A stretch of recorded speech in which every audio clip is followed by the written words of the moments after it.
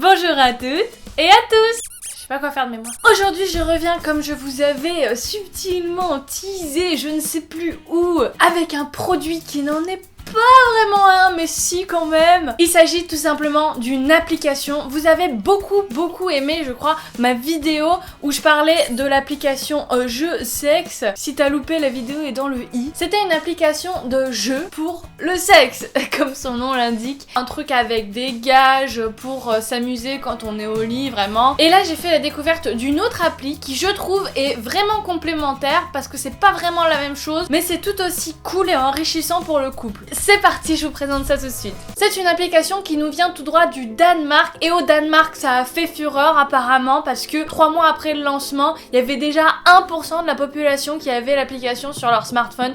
Donc c'est pour dire, si t'arrives à un pourcentage de la population, c'est que quand même il y a énormément de monde qui télécharge cette application. Et je trouve ça fabuleux. Pour une application sur la sexualité, c'est assez impressionnant. Du coup là c'est en plein boom, il y a plein de pays qui s'y mettent à cette appli. C'est un truc de malade. Ce qui est cool aussi, c'est que c'est un mec avec sa petite amie qui l'ont créé, donc c'est vraiment un couple qui a créé une application pour les couples. Donc qui de mieux? Je veux dire, ils étaient bien placés pour connaître les petits problèmes, les petits tracas, et sûrement trouver des solutions pour que ça marche mieux dans un couple. Ils se sont aussi basés sur énormément d'études sociologiques, psychologiques. Je vais pas te faire tout l'exposé et tout le toin-toin, mais en tout cas, il y a un tiers des couples qui est pas forcément aussi bien dans sa relation qu'au premier jour, après quelques années à être ensemble. Je pense que c'est étranger à personne ici. Si vous avez déjà fait l'expérience d'un couple qui dure, ça évolue, ça change. C'est pas forcément mauvais, mais il y a des fois, ça nous manque un petit peu. On aimerait bien retrouver la flamme des premiers jours, la passion. Je dis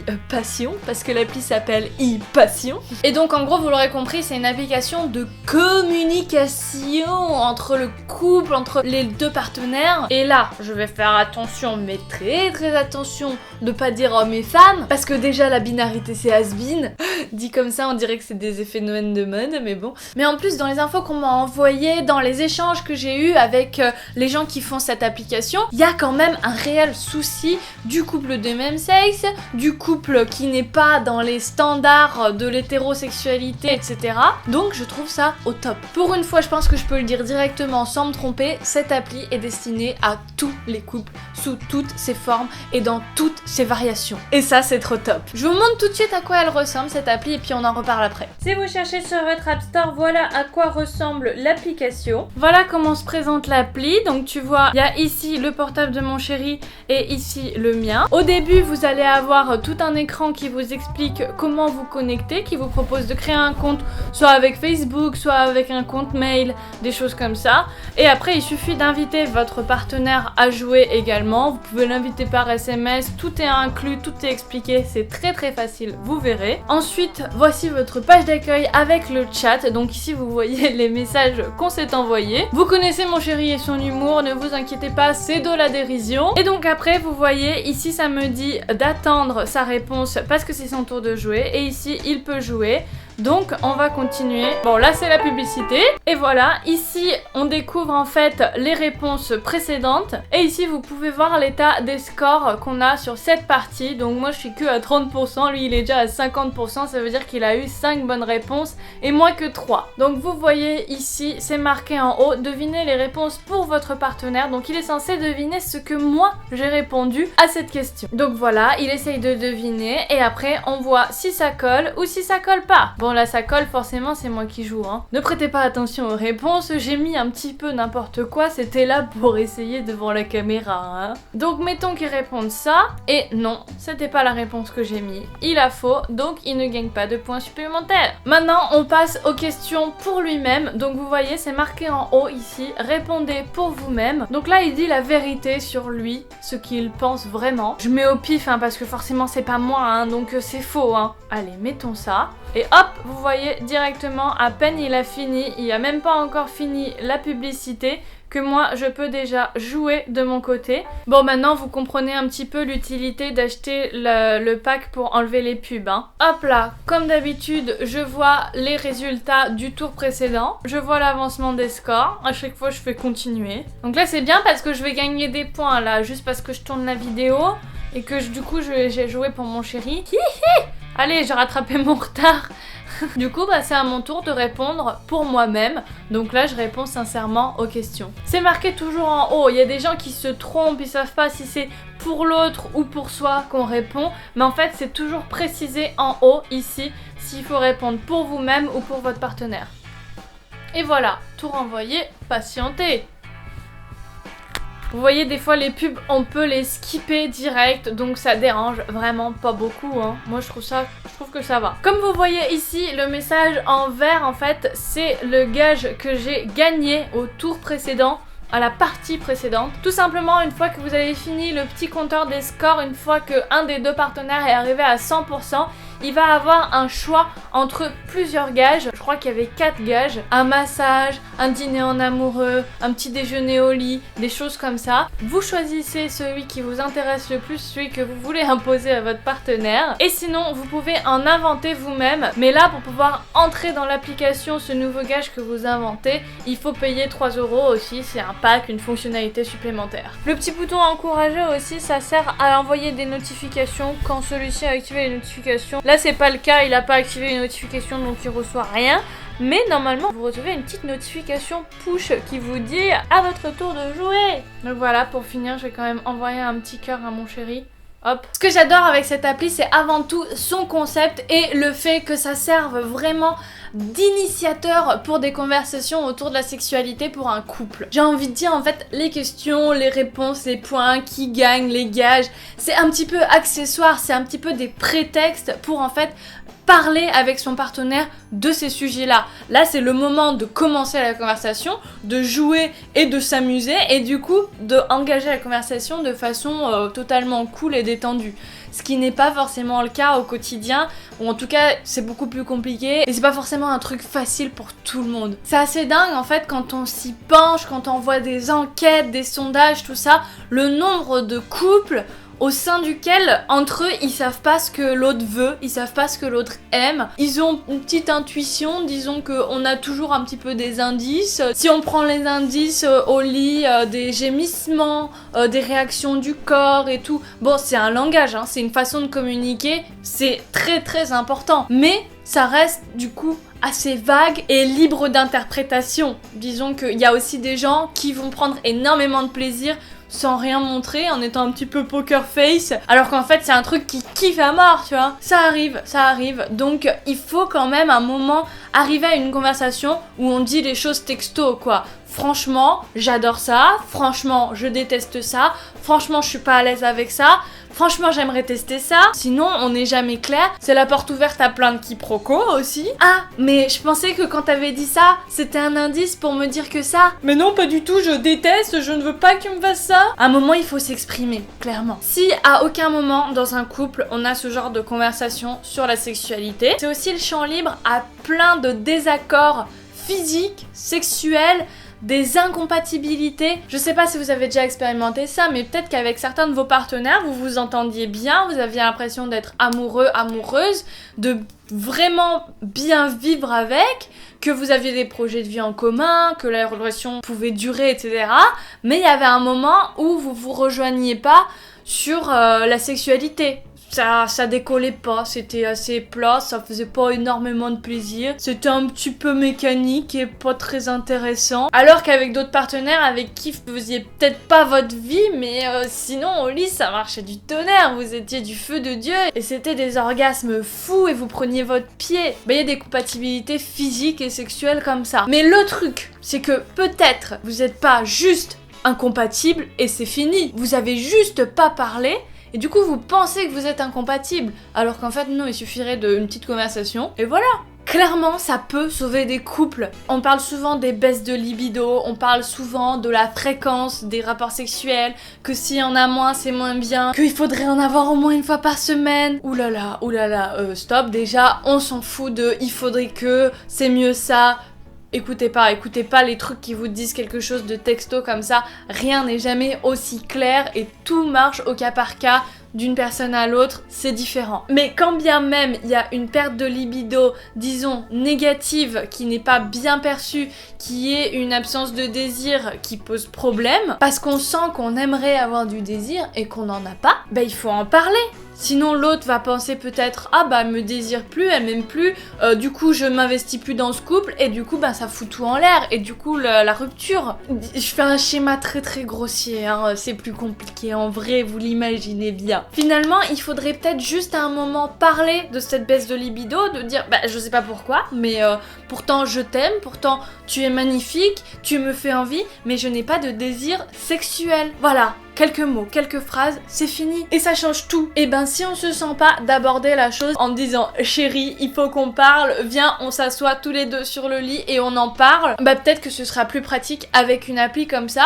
Ce sera peut-être plus rigolo et plus facile de dire chérie, viens, on essaye une appli de couple. Enfin, pour finir un petit peu avec ce qu'il en est du concept de l'appli, de la globalité, je dirais que ce qui est génial avec cette appli, c'est que une fois qu'on a joué à ça et qu'on a engagé ce dialogue, on va un petit peu l'insérer dans toute la vie au quotidien. Une fois qu'on a parlé de cul, on peut parler librement de nos goûts, de ce qui nous botte, on peut faire des compliments sur ce qu'on aime, ce qui nous a fait plaisir. C'est super important de dire ces choses-là, de dire ça, j'ai kiffé sa race. On le dit peut-être pas assez, hein. On va peut-être demander plus facilement ces choses qui nous font plaisir, ces choses qui nous font envie, dont on sent qu'on a besoin. On va peut-être se mettre à parler pendant l'acte sexuel, ça peut être sympa, ça peut être marrant. Certains aiment pas, mais justement il faut savoir si votre partenaire il aime ou pas que vous parliez, qu'il parle pendant les rapports sexuels, parce que si personne sait, personne parle et personne n'essaie jamais. Bref, je pense que t'as compris ce que je voulais dire, cette appli elle est géniale pour instaurer de la communication dans un couple. Après en détail ce que j'en pense sur l'appli en elle-même, c'est que bon, on sent qu'elle a été lancée il y a pas super longtemps,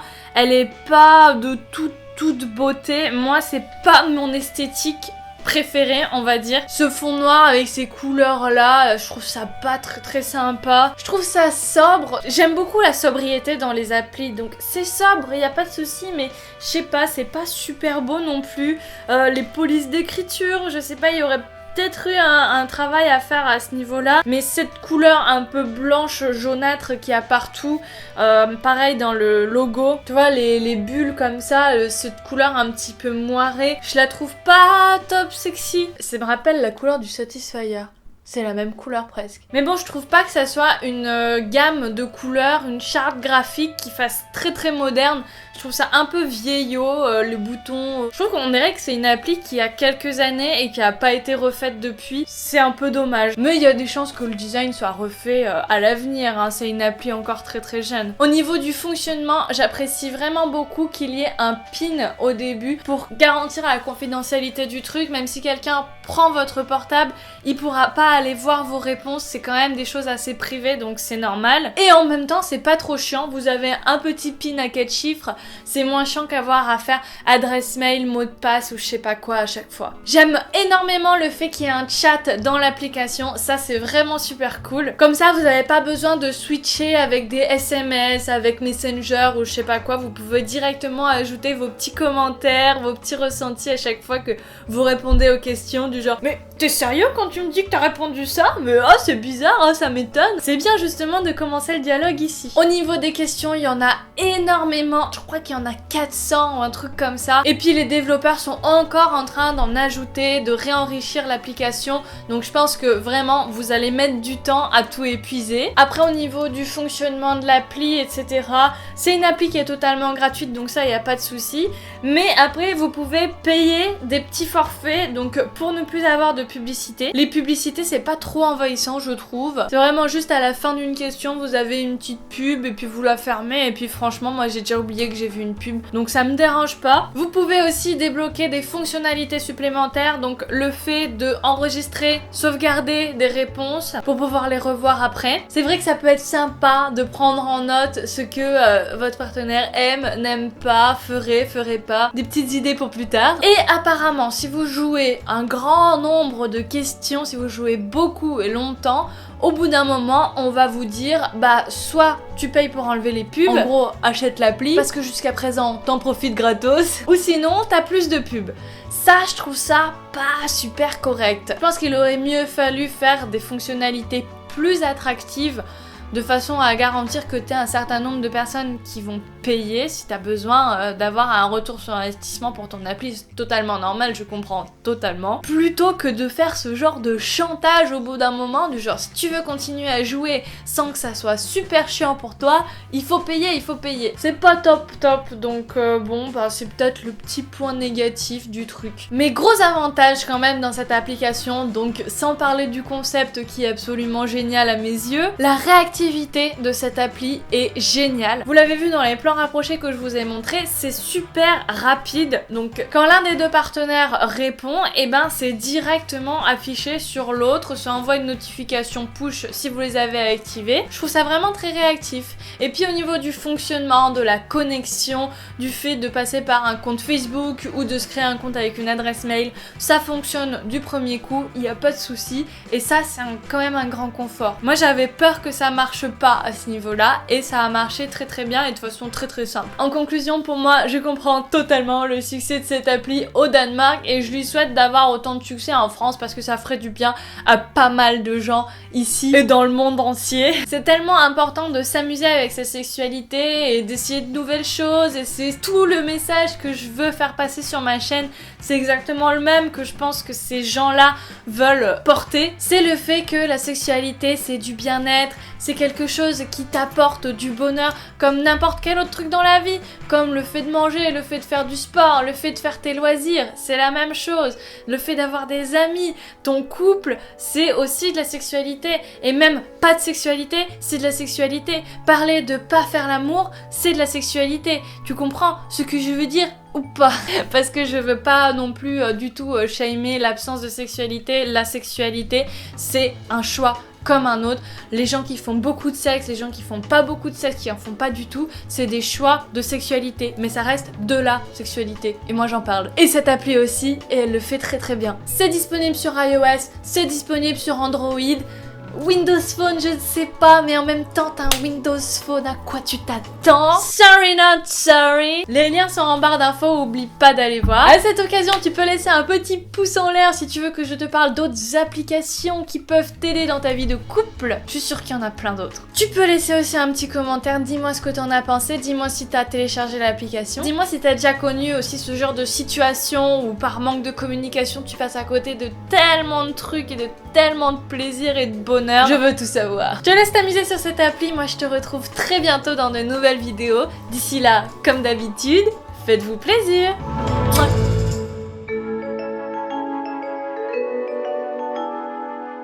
Pas très bien cadré, hein. C'est spécial, c'est spécial. Je sais pas, aujourd'hui j'arrive pas à trouver mon cadrage. C'est comme ça arrive. Et ma frange aussi, elle arrive pas à se cadrer, donc...